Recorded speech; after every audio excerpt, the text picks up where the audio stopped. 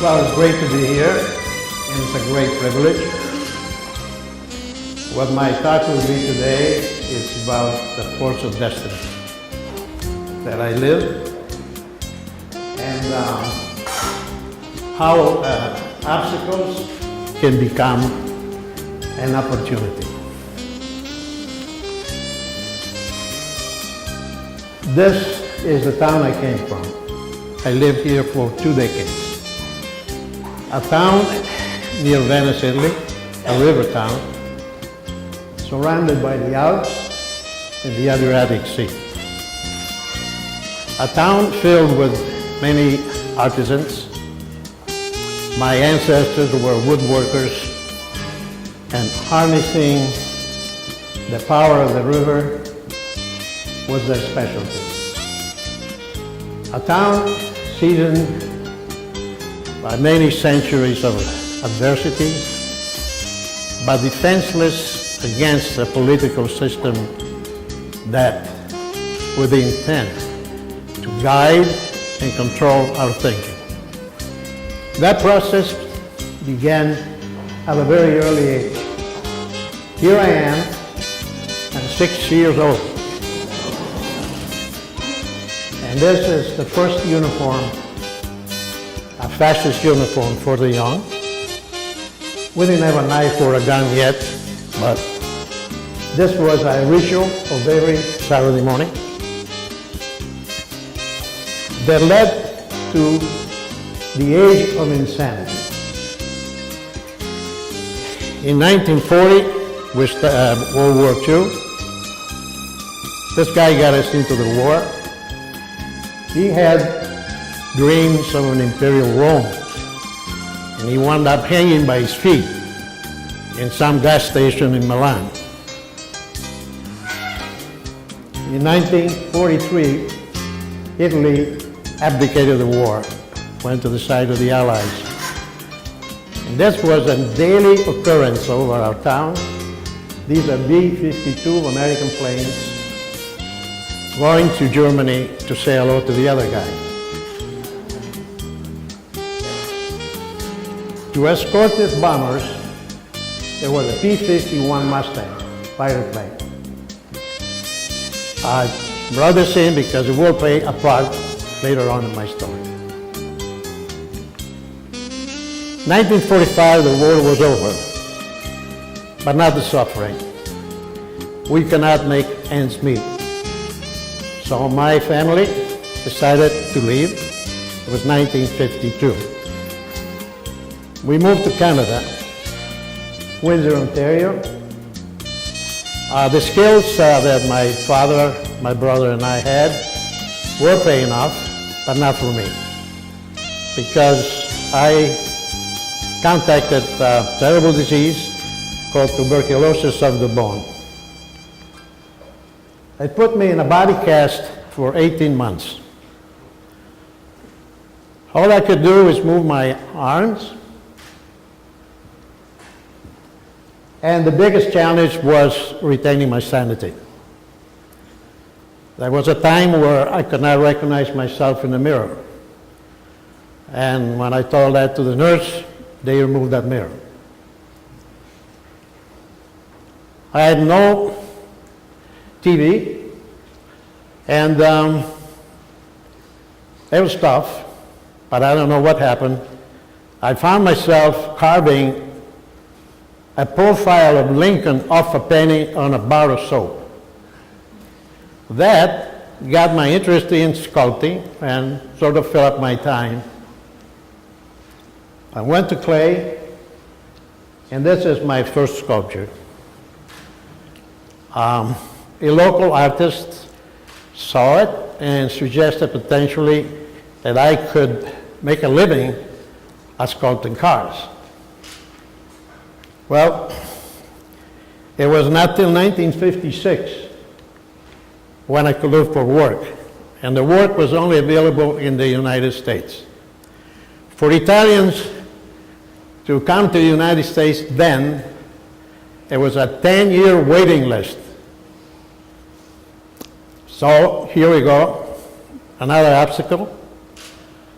But I discovered that there was a first preference for someone to come in earlier than 10 years. I applied for that and got it due to my skills in sculpting. So finally now I am in the United States. I have no skills to sculpt cars. So I went to Ford and they hired me on the basis I could learn. In the early 60s, Ford Motor Company Design Center in Dearborn, Michigan had 1,000 people. Inside the design center, there were several studios for each car line. There was a door that had no name on it, and that's where the Mustang was to be born. Inside that door, we had a full-size clay with 6 clay modelers, sculptors, designers, engineers, crisscrossing many disciplines. And the sculptor was at the center of it all. He had to take engineering information and look at two-dimensional sketch and imagine the third dimension. Looking to get lines on the body size, to go over the roof line, the placement of the grille, how big the grille, where would the headlights be, what's the size of the bumper, trying to create a concert of forms and shapes that can be seen from any angle, so that you could have a pleasure that by looking at it from every point. And that's not easy. When you're constricted by engineering information, for example, the wheelbase, the placement of the engine, headroom, visibility, all those constraints. So we work, and we use hot clay. And sometimes I think the skin off my blister wearing better than the clay. And here we worked and worked looking to hear that magical word. Stop, we got it, clean it up and paint it. Here's the original model. 1962, August 16, 62, was presented in white. Contrary to the rules, because there were other studios involved competing with this, and the rule was everybody painted red.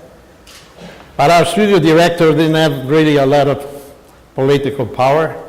He says, let's paint it white so they can see. That's fine, you know. And so, there was and the winner then was our model. But the work did not end here. There was a lot of work to be done to bring this car to manufacturing. At the top level of the company, they had to invest in this. And it was after the fiasco of the ESO, so they were a bit scary to do it, but it was because of a special man, the effort of a special man, that this happened. And that's why Lee Iacocca is known as the father of the Mustang. Now the name. There's your P-51 fighter plane. The plane that I used to see when I was a young child flying over the skies. Little did I know that one day I would meet that plane again. And that's how initially the name for the Mustang was chosen, but then they decided to use the horse as the emblem, Mustang symbolizing adventure. And that's how we got the name. Here we are at the World's Fair, and who would say, how would I think that 50 years before that, as we rolled the clay model into the sunlight of the courtyard, that I would be standing here today and say, we're celebrating 50 years of continuous production of the Mustang. That's quite a feat.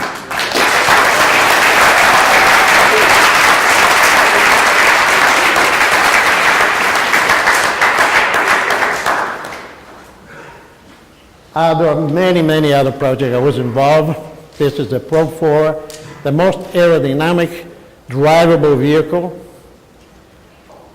The 4 GT,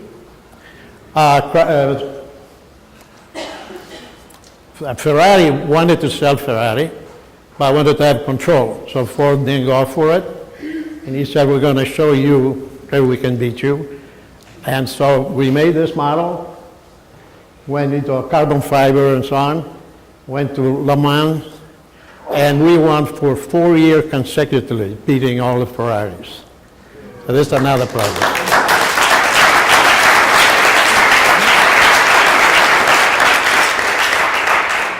Now here's a picture of a video I did explaining my idea and how we could do rapid prototyping.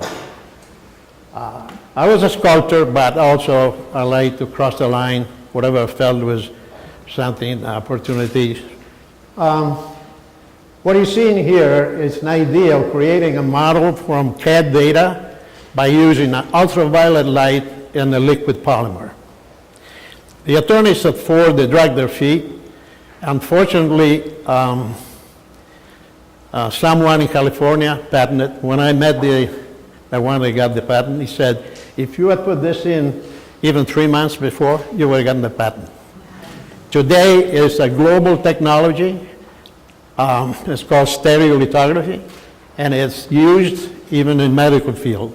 You may be familiar with it. Called stereolithography, three-dimensional photo printing. This has revolutionized the way we make models.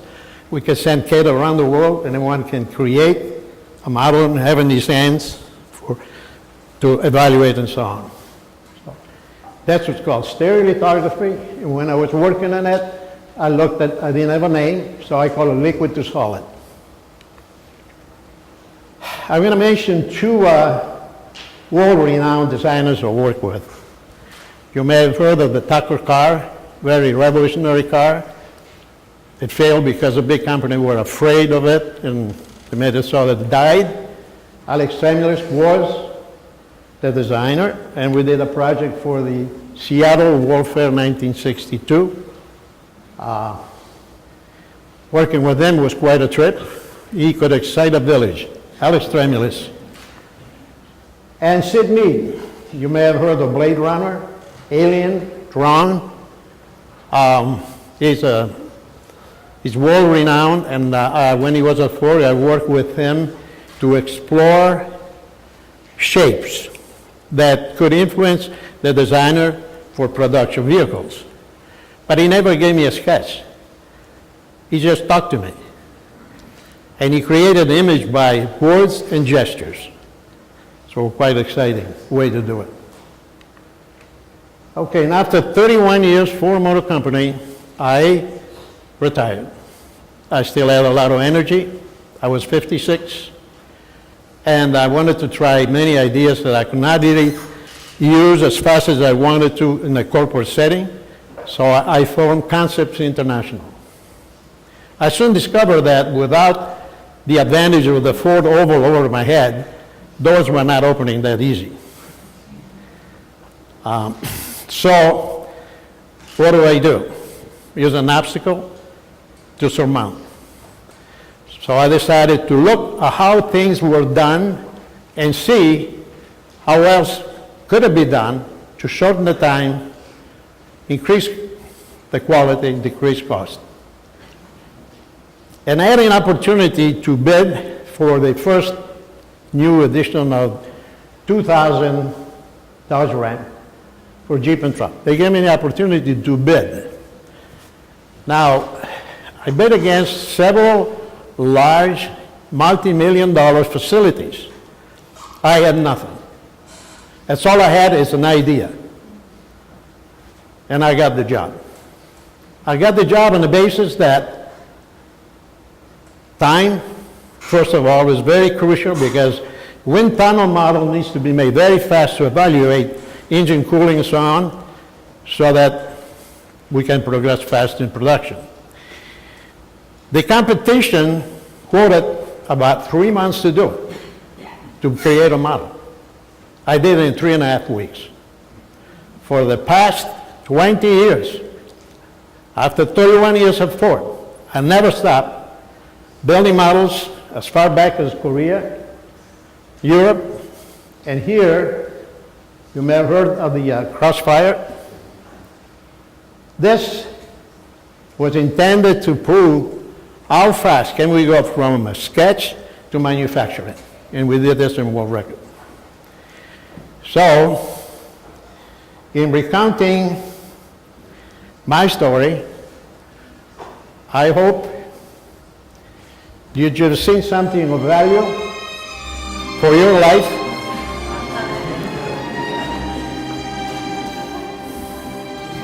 And I like to say that when I met an obstacle, I looked at it as an opportunity to do something else.